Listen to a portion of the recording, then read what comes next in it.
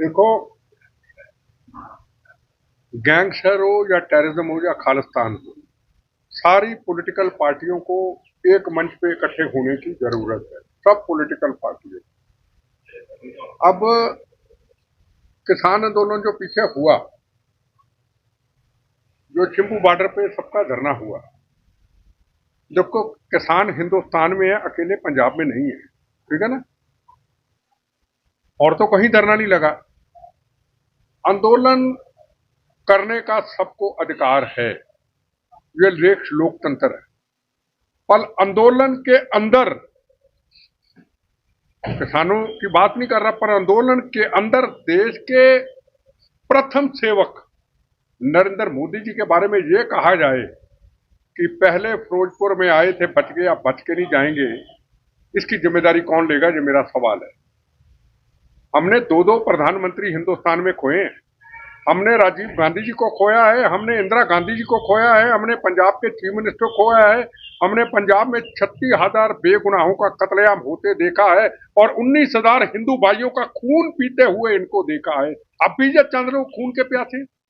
मेरा सवाल है इनसे, तो सिख समाज से आवाज क्यों ना उठे? मेरा सवाल है, अपने अंदर किस बात का गरूर? मैं कहना चाहता हूं हम भारतीय हैं। मेरे से पूछो मैं कौन हूं पहले, जिसने काली निकाले, जिसने गंद बोलना बोले।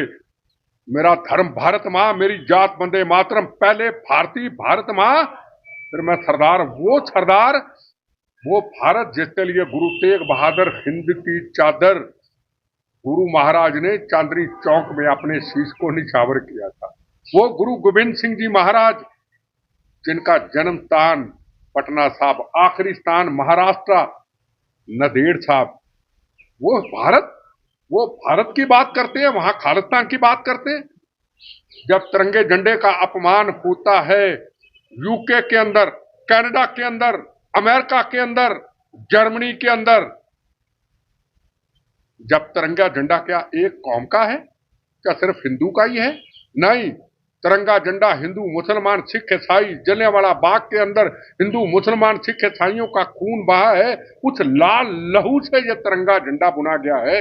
पर तिरंगे झंडे को जब फुटबॉल बना के पैरों में रूदा जाता है, मेरा सवाल है अपने सरदार भाइयों के आगे सिर झुका करके, क्या आपको तकलीफ नहीं होती? मेरा सवाल है, जिसने गंद बोलना बोले, तुम्हारी ऐसी की तैसी, प्रथम राष्ट्र भारत मां, तिरंगा झंडा पहले, कोई किसी की आवाज नहीं उठती। हिंदुस्तान के प्रथम सेवक नरेंद्र मोदी जी को गाली दी जाती है, उनको मारने की धमकी दी जाती है। होंगे बीजेपी, हमें क्या लेना? होंगे किसी पार्टी से, हमने क्या लेना? उन्होंने राष्ट्र के लिए कुछ किया है, उन्होंने 370 धारा हटाई है, उन्होंने करतारपुर साहब का रास्ता जो आज तक कभी किसी ने खोला नहीं आजादी के बाद। एक तरफ पुलवामा की घटना, एक तरफ पाकिस्तान में जंग की तैयारी, एक तरफ गुरु नानक देव जी का गुरपुरब, कहता जिंदा रहूं ना रहूं, जंग भी हो जाए पर गुरु नानक देव जी के चरणों में हिंदू मुसलमान सिख ईसाई हिंदुस्तान में मेरे सिख भाई हाजिरी भरेंगे। क्या किया नहीं? क्या गुरु गोविंद सिंह महाराज के 2 साहबजादों का नाम जो नींव में चनवा दिया गया, जंग में शहीद हुए, क्या वीर बाल दिवस नहीं रखा? एहसान नहीं किया उन्होंने। हमने अप्रिशिएट तो उनको कभी नहीं किया, पर हमने गंदी भाषा का प्रयोग जरूर किया है।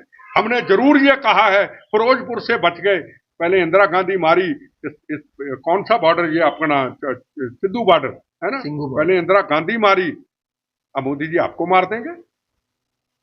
बॉर्डर खोल दो पाकिस्तान के, हम दिल्ली कब्जा कर लेंगे, क्या करोगे दिल्ली? इनको पूछना चाहता हूं। ये कहते हैं दिल्ली कूच करेंगे, क्या करेंगे? आगे दिल्ली में क्या आपने अच्छा कर्म किया था बताइए? किसान आंदोलन से क्या बदल गया? वो लाल किला जहां आजादी का पहला तिरंगा झंडा लहराया गया, जहां बाबा साहब अम्बेडकर, जहां सरदार पटेल जी, जहां लाल बहादुर शास्त्री जी यहां खड़े थे, वो आजादी का तिरंगा झंडा लहराया गया और वहां ने आपने ऊपर चढ़ के तिरंगे झंडे का अपमान करके पाकिस्तान को बता दिया। पाकिस्तान ने कहा हमने हिंदुस्तान पे कब्जा कर लिया, खालिस्तान बना दिया। तुम्हारी ऐसी की तैसी। खालिस्तान की बात करने वालों, ना खालिस्तान कभी बना था, ना बनेगा, ना कभी बनने देंगे। बनेगा गंदी घानेरी की तरह हमारी लाशों से गुजर जाएगा। क्या हमारी कौम के चंद लोगों से कभी आवाज उठी कि हमारी सिख कौम के ऊपर इन लोगों ने दाग लगा दिया? दिल्ली पुलिस के जवानों का क्या कसूर था? सीआरपी के जवानों का क्या कसूर था? सीआईएसएफ के जवानों का क्या क्या कसूर था? उनको पैरों में नीचे रोदा गया, उनको पकड़ पकड़ के नीचे बंद कर दिया गया।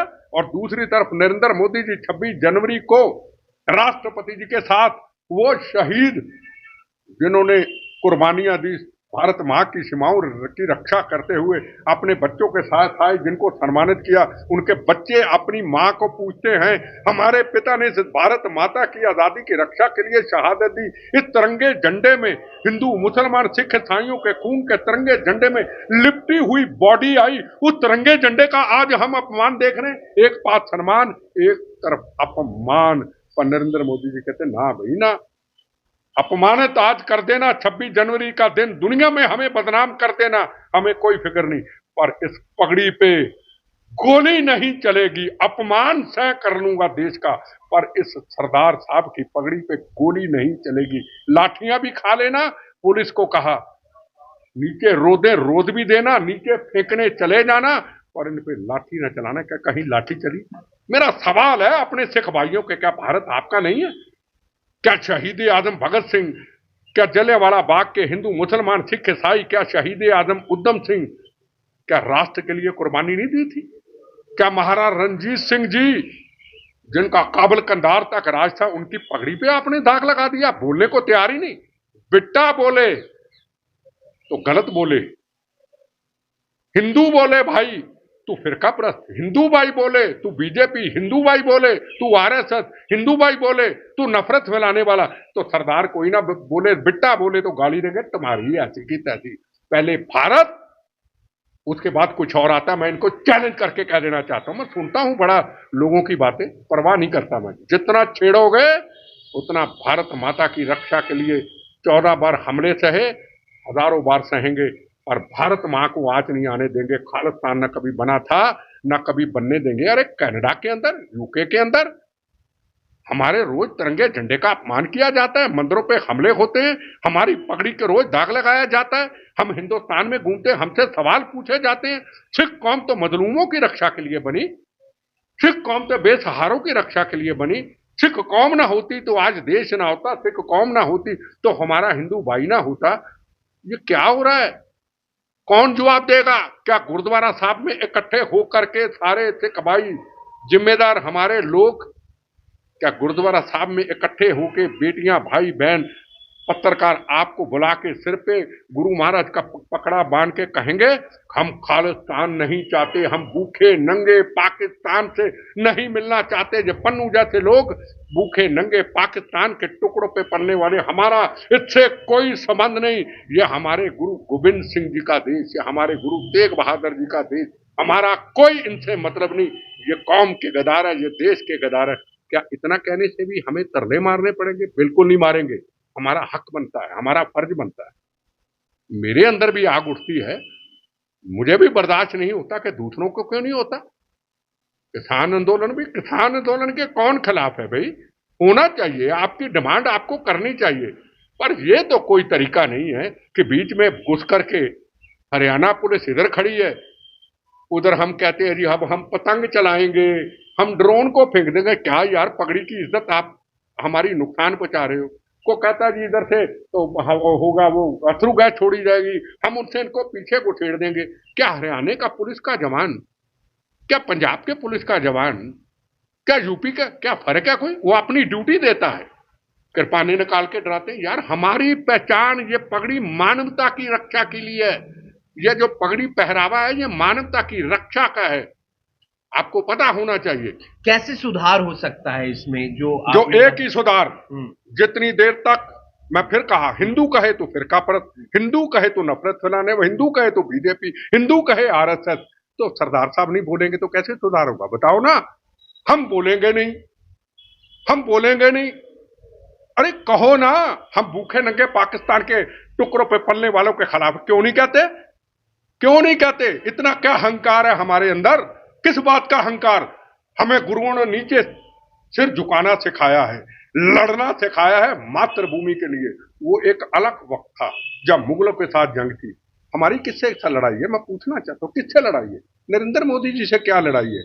लड़ाई किसी से नहीं है, इन चंद लोगों की लड़ाई। इनकी बात, इनके अंदर एक ही गरूर है, हिंदू हिंदू हिंदू, बस यही गरूर है जो मेरा जिंदगी का अनुभव है चंद लोगों का।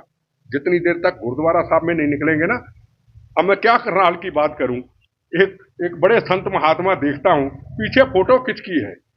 जिनके कारण हमारी सिक्खी बदनाम हुई, जिनके कारण 36,000 बेगुनाहों का कत्लेआम हुआ, जिनके कारण ब्लू स्टार ऑपरेशन हुआ, जिनके कारण 84 के दंगे हुए, जिनके कारण 19,000 हिंदू भाइयों का कत्लेआम कर दिया गया, जिनके कारण हरमंदर साहब को कवच और ढाल बना दिया गया।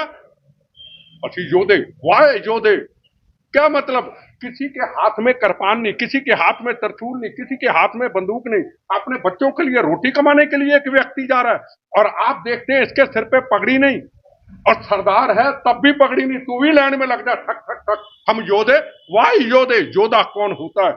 जो मैदान जंग में लड़ाई लड़ता है, उधर भी बंदूक हो इधर हो, और रास्ते में ट्रेनों से निकाल करके हिंदू समझ करके आपने निशाना बना दिया। 25-25 महीनों के सुहाग उजाड़ दिए, बच्चों के नीचे पेट्रोल की जगह खून नीचे टपकता हुआ देखा।